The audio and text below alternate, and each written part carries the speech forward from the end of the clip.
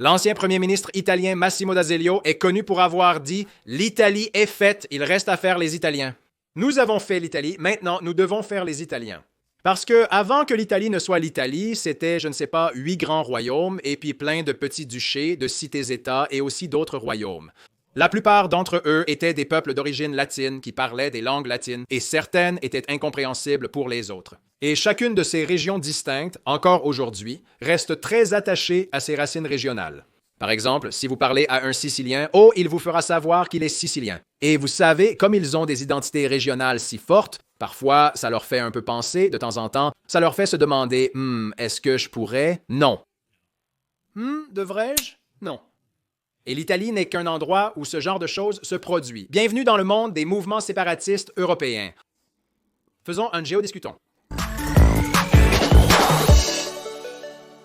Salut les géopotes! Oh, devinez dans quoi je bois en ce moment? C'est une tasse Geography Now, la 4e que vous pouvez obtenir sur geographynow.com. Il y a toute une variété d'articles différents là-bas. Vous pouvez avoir ce sac à cordon et vous pouvez mettre le sac à cordon puis mettre la tasse dans le sac. Faites ce que vous voulez. Je m'en fiche. Ce n'est pas se vendre si c'est ta propre marque et c'est ma marque. Donc, je ne me vends pas. Voilà ma justification. Bon, passons à la suite. Aujourd'hui, il y a actuellement environ 100 groupes séparatistes répartis dans toute l'Europe. Ils ont tous des degrés différents d'activité et de sérieux en ce qui concerne l'état de leur mouvement. Certains de ces groupes sont un peu considérés comme une petite blague et personne ne leur prête vraiment attention, tandis que certaines de ces régions sont de véritables zones de souveraineté autoproclamées, plus ou moins fonctionnelles. En ce qui concerne l'organisation du groupe de défense, celui qui est probablement le plus célèbre est l'Alliance libre européenne ou l'Alliance libre européenne, qui est un parti politique composé de divers groupes régionalistes et séparatistes. Selon leurs critères, un groupe séparatiste doit avoir un mouvement actif avec des membres actifs. Ils cherchent une plus grande autonomie ou l'autodétermination pour une région géographique, et ils sont citoyens ou habitants de la zone de conflit et ne viennent pas d'un autre pays. Donc, petite précision, je vais passer en revue tous les groupes séparatistes. Ils ne sont pas tous membres de l'Alliance libre européenne, mais ils répondent tous aux critères de l'Alliance libre européenne. De plus, je tiens aussi à préciser que tous ces groupes séparatistes ont en réalité leur propre parti politique ou groupe de défense, car dans certains pays, les partis d'opposition ne sont pas autorisés. Oui, passons-les en revue un par un. D'accord, commençons par l'Albanie par ordre alphabétique. Techniquement, on pourrait considérer l'État souverain de l'ordre Bektashi comme une sorte de groupe séparatiste. Pour faire court, en 2024, le premier ministre de l'Albanie a annoncé qu'il allait créer ce micro-État européen à l'intérieur de Tirana, la capitale, et qu'il servirait de siège à l'ordre Bektashi du soufisme islamique. C'est plutôt le siège des musulmans soufis albanais. Donc voilà, il ne faut juste pas l'appeler le Vatican de l'islam, c'est bizarre. C'était l'idée du premier ministre et cela doit être approuvé par le Parlement. Ils y travaillent encore, mais voilà, c'est l'Albanie-Belgique.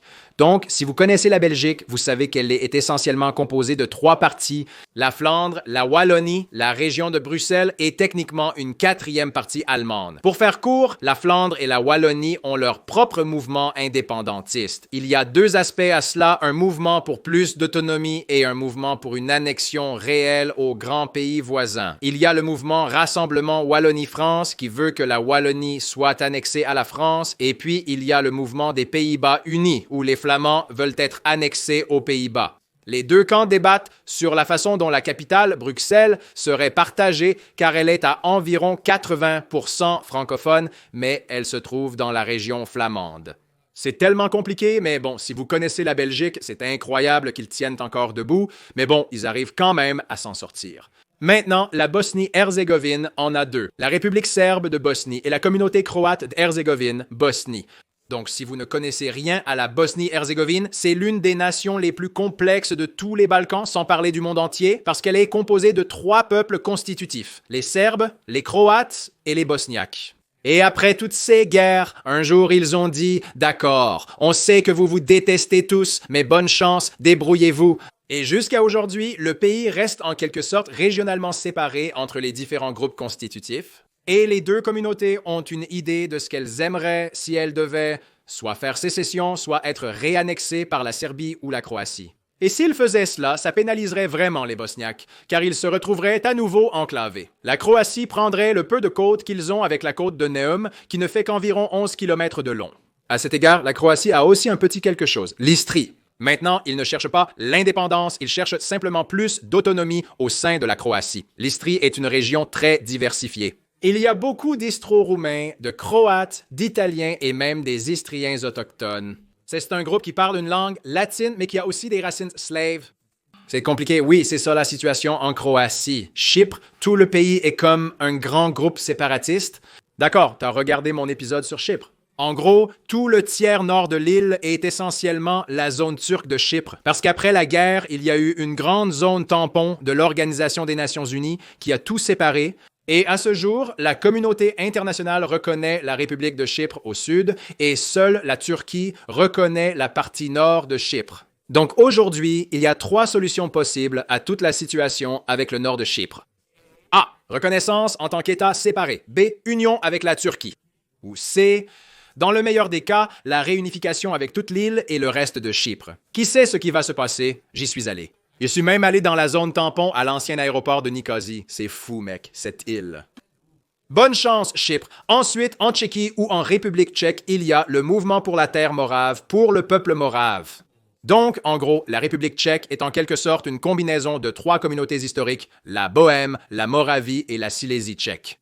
La Silésie s'étend aussi plus au nord en Pologne, et la partie morave souhaite plus d'autonomie au sein de la République tchèque. Pour illustrer cela en République tchèque, la Bohême, c'est un peu comme Marsha de la famille Brady et la Moravie, c'est comme Jean. Pourquoi la Bohême attire-t-elle toujours toute l'attention? C'est toujours la Bohême, la Bohême, la Bohême. Voilà la situation. D'accord. Passons au Danemark. En gros, tout ce qui est affilié au Danemark mais qui se trouve en dehors du Danemark continental a un mouvement séparatiste ou au moins minoritaire en cours. Je parle du Groenland, des îles Féroé et même de l'île de Bornholm. Pour faire court, nous avons déjà expliqué cela, mais le Groenland est actuellement ce qui se rapproche le plus d'un véritable mouvement séparatiste. Ils ont obtenu l'autonomie interne, puis une autonomie accrue avec l'autogouvernance en 2009. Ils ont en fait le droit de faire sécession s'ils le souhaitent à tout moment. Et ils ont même déjà une constitution rédigée et prête à être utilisée lorsqu'ils décideront de proclamer leur indépendance. Mais cela prend un peu plus de temps pour régler les questions logistiques et déterminer comment ils procéderaient, donc ils prennent leur temps. En ce moment, les îles Féroé sont dans une situation similaire. Elles ont une langue et une culture complètement distinctes du Danemark. Et Bornholm a le parti de l'autonomie de Bornholm. L'île n'a que, je ne sais pas, environ 35 000 habitants. C'est fou, mais même eux essaient de demander la même chose. Je voulais juste dire à mon pote Gus, qui est danois, « Hey, tu postes tous ces mèmes sur le Danemark qui essaie d'acheter la Californie, mais ton pays n'arrive même pas à garder ses propres territoires dans le royaume. Désolé, je devais te taquiner, mec, je t'aime, mec. Bon, suivant, d'accord. Ensuite, la Finlande. La Finlande a les îles Åland autonomes, qui sont principalement habitées par des Suédois ethniques. Elles ont donc le parti Futur d'Hollande, qui cherchent en fait à obtenir leur propre indépendance, pas à être annexés de nouveau à la Suède. Donc, si cela arrivait, il y aurait 2 pays suédophones dans le monde. L'histoire des îles Åland est folle, mec. Pour faire court, ça a à voir avec la Russie. Et la Finlande disait, vous ne pouvez pas les avoir. Puis la Suède disait, techniquement, je suis neutre. Et ensuite, la Finlande a fait, et c'est comme ça que c'est tombé sous la souveraineté finlandaise avec autonomie. Bref, voilà mon résumé façon action. Passons à la suite. La France. Oh là là, c'est parti. Actuellement, il y a 8 mouvements sécessionnistes en France. Beaucoup de ces mouvements ont des degrés de sérieux différents dans leurs propositions. Plusieurs d'entre eux ont même des groupes armés. Les voici par ordre alphabétique. Le Pays basque, la Bretagne, la Corse, la Flandre française. Ce n'est pas la question wallonne de la Belgique. Il s'agit en fait de Français vivant dans la partie flamande de la Belgique. C'est tout autre chose. La Provence, la Catalogne du Nord et les Pyrénées-Orientales, nous en parlerons davantage dans la partie sur l'Espagne. La Savoie, qui cherche à unifier diverses régions du sud de la France et du nord de l'Italie. Et l'Amazonie. Pour faire court, chacune de ces régions a sa propre identité distincte du reste de la France métropolitaine, on pourrait dire. Allemagne. L'Allemagne compte actuellement 5 partis séparatistes avec leurs propres États ou zones autonomes proposées. Vous avez la Bavière, dirigée par le parti État libre de Bavière. Il y a la Saxe, dirigée par le parti Saxe libre. La Lusitanie, qui est là où vivent les Sorabes ethniques d'Allemagne, c'est un groupe slave situé à l'extrême est de l'Allemagne. Désolé, je voulais dire Lusace, pas Lusitanie. Lusitanie est l'ancien nom du Portugal, passons à la suite. Ensuite, il y a le mouvement de la Frise orientale, mené par Die Friesen, qui concerne la partie de la Basse-Saxe qui cherche à s'unifier avec les Frisons que l'on trouve dans le nord des Pays-Bas. Ils parlent le frison, qui, soit dit en passant, est la langue la plus proche de l'anglais ancien. Et puis la Franconie, dirigée par le Parti pour la Franconie.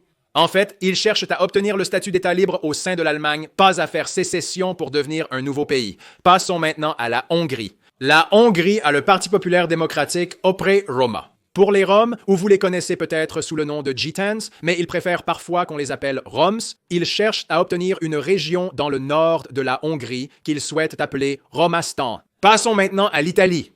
C'est parti. Il y a le mouvement Frioul. Lombardie propose son propre État.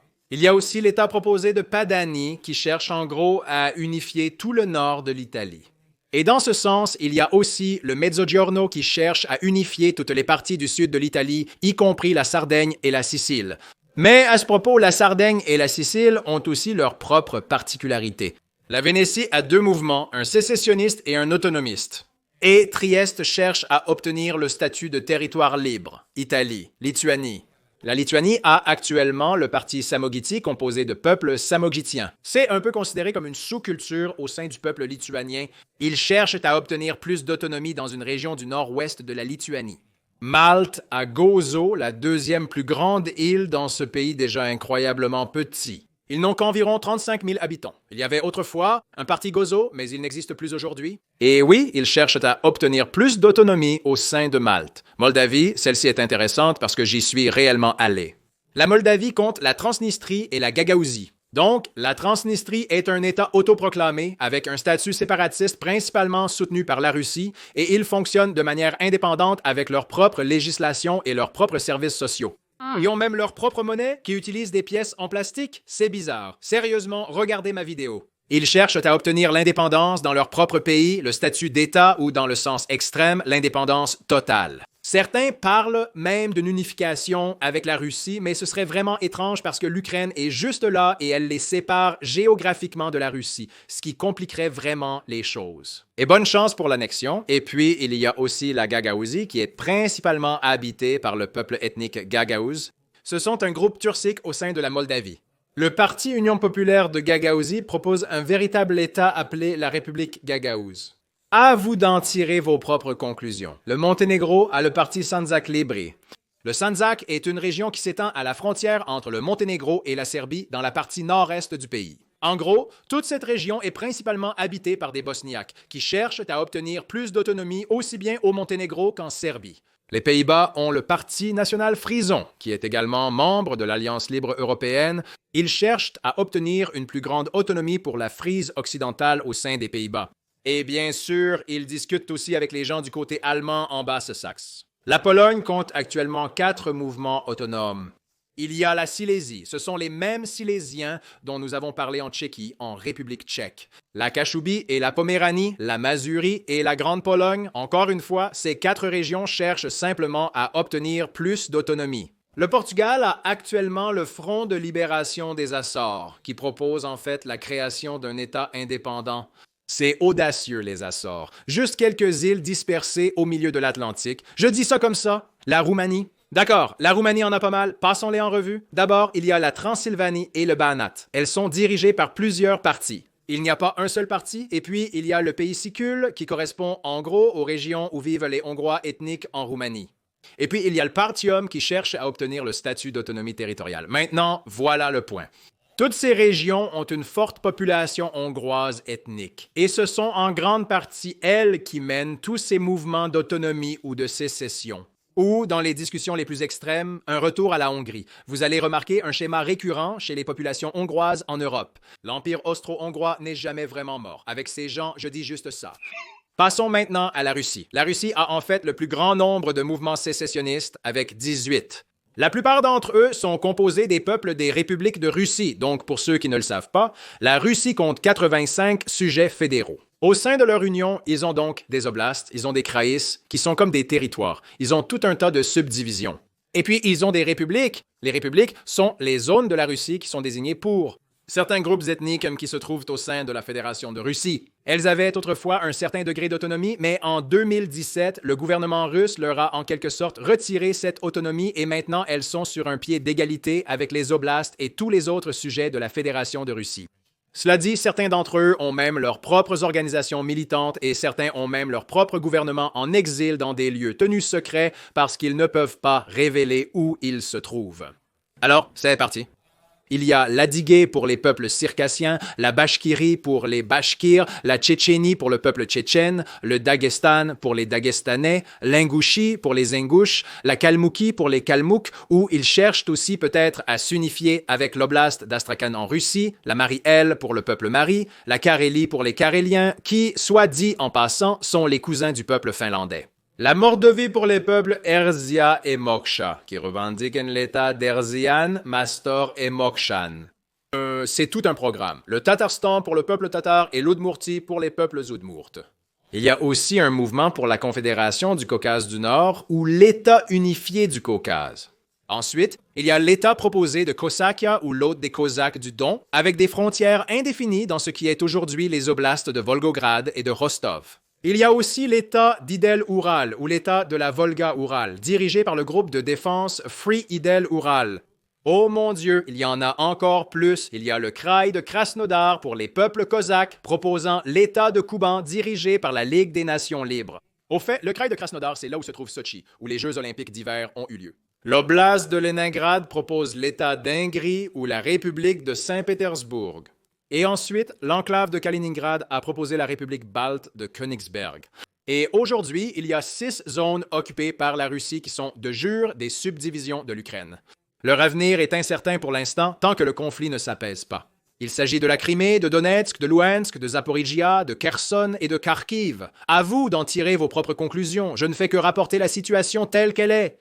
D'accord, passons à la suite. La Serbie. La Serbie compte actuellement 2 mouvements d'autonomie et le grand, le Kosovo. Oui, le Kosovo. Vous avez probablement entendu parler du Kosovo. Il n'y a pas de moyen rapide de résumer la situation, mais je vais faire de mon mieux. Il est principalement peuplé d'Albanais ethniques. Contrôle sous les Yougoslaves. Les choses sont devenues folles. Il y a eu des guerres. Et en 2008, ils ont déclaré leur indépendance. Et ils sont en quelque sorte un État de facto en ce moment, qui est reconnu par environ la moitié des membres de l'Organisation des Nations Unies. De plus, la Serbie possède également la vallée de Preševo pour les Albanais ethniques en Serbie, proposant une autonomie supplémentaire au sein du pays. Et puis, ils ont aussi la région de Voïvodine dans la partie nord de la Serbie. Donc, la partie nord de la Serbie est très diversifiée, mais il y a une communauté hongroise exceptionnellement connue. Ici, ils cherchent à obtenir l'une des 2 options, soit une république autonome de Voïvodine au sein de la Serbie fédéralisée, soit une forme d'autonomie territoriale uniquement pour la minorité hongroise dans la partie nord de la Voïvodine, près de la frontière hongroise. Je vous l'ai dit, ce sont toujours les Hongrois, et voilà que ça recommence avec la Slovaquie. Devinez qui essaie de revendiquer la sécession? La communauté hongroise. La Slovaquie a le parti Mouvement de la Slovaquie du Sud, dirigé par la communauté hongroise de Slovaquie. Cette région est un bloc ethnique hongrois compact qui propose une autonomie culturelle et régionale en Slovaquie ou dans l'extrême, une unification avec la Hongrie. Oh là là, vous les Hongrois, vous voulez juste... C'est toujours les Hongrois, je vous l'ai dit. Bon, passons à l'Espagne.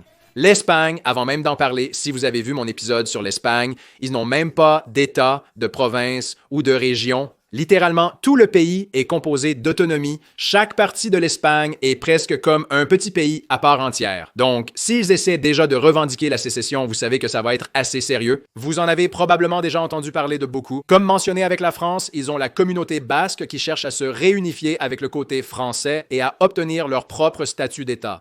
Ensuite, vous avez la Catalogne, Valence et les îles Baléares qui ont tous leurs propres mouvements. Mais il y a aussi une volonté possible d'unifier tous les États catalanophones. Ensuite, nous avons la Galice, l'Aragon, l'Andalousie, les Asturies, qui ont tous également leurs propres mouvements séparatistes. Et à partir de là, il existe des mouvements autonomes pour Carthagène et Léon, et il y a une proposition du peuple de Grenade de se séparer de l'Andalousie et de créer leur propre communauté autonome distincte. Dirigé par le parti Juntos por Granada, il se passe tellement de choses en Espagne, mec. Bon, passons à la Suède. La Suède a la région de Scanie, dirigée par le parti Scanie. C'est essentiellement la pointe la plus au sud de la Suède. C'est en gros la partie qui relie le pays au Danemark, avec le pont de l'Øresund. Et les gens d'ici sont connus pour avoir un dialecte qui ressemble un peu au danois. Comme Carolina de mon épisode sur la Suède, elle venait de Scanie. Et les Danois aiment toujours plaisanter en disant qu'ils vont reprendre la Scanie un jour. Et si un Suédois essaie de traverser les eaux gelées, alors ils ont légalement le droit de le frapper avec un bâton. Cette règle date d'il y a environ 400 ans. Je ne sais pas. Gus, j'aimerais vraiment te voir appliquer cette loi en vrai. Bref, ensuite, la Suisse. Même la Suisse a ses petites particularités, d'accord? Même la Suisse bien organisée, il y a quand même des gens qui se disent « Et faisons les choses à notre façon ». Ils ont le mouvement autonome pour les peuples eurasiens francophones dans le nord-ouest de la Suisse. Donc oui, je suppose que c'est aussi un truc pour l'Ukraine. Nous avons déjà parlé de l'occupation russe, donc nous n'allons pas revenir là-dessus. Mais en plus de cela, il y a aussi le mouvement de la Ruthénie carpatique en Ukraine. C'est la région des Russes ethniques qui sont un autre groupe slave. Ils vivent principalement dans les montagnes et ils proposent une autonomie accrue au sein de l'Ukraine. Et enfin, nous avons le Royaume-Uni. Oh là là, d'accord, j'ai menti en fait, c'est le Royaume-Uni qui en a le plus, pas la Russie. Donc, vous savez déjà que le Royaume-Uni est composé d'une multitude d'unités administratives, mais les plus grandes sont les pays constitutifs. L'Angleterre, l'Écosse, le pays de Galles.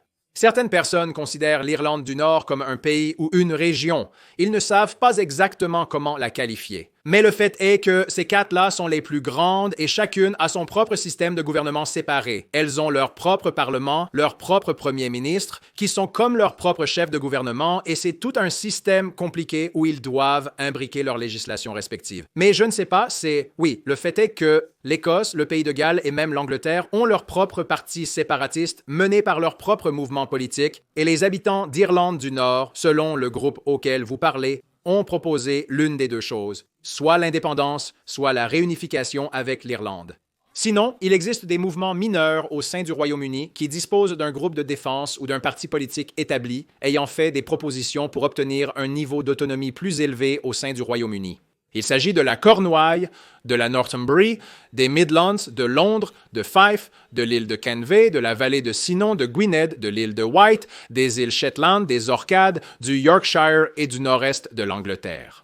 Wessex, Gibraltar et l'île de Man. Voilà, ce sont tous ceux-là. Je ne sais même pas combien il y en avait. Je crois qu'il y a plus d'une centaine de mouvements sécessionnistes organisés actifs connus en Europe. Ils n'ont pas tous de grandes chances. Certains sont un peu tournés en dérision par leurs pays respectifs et d'autres sont vraiment très sérieux.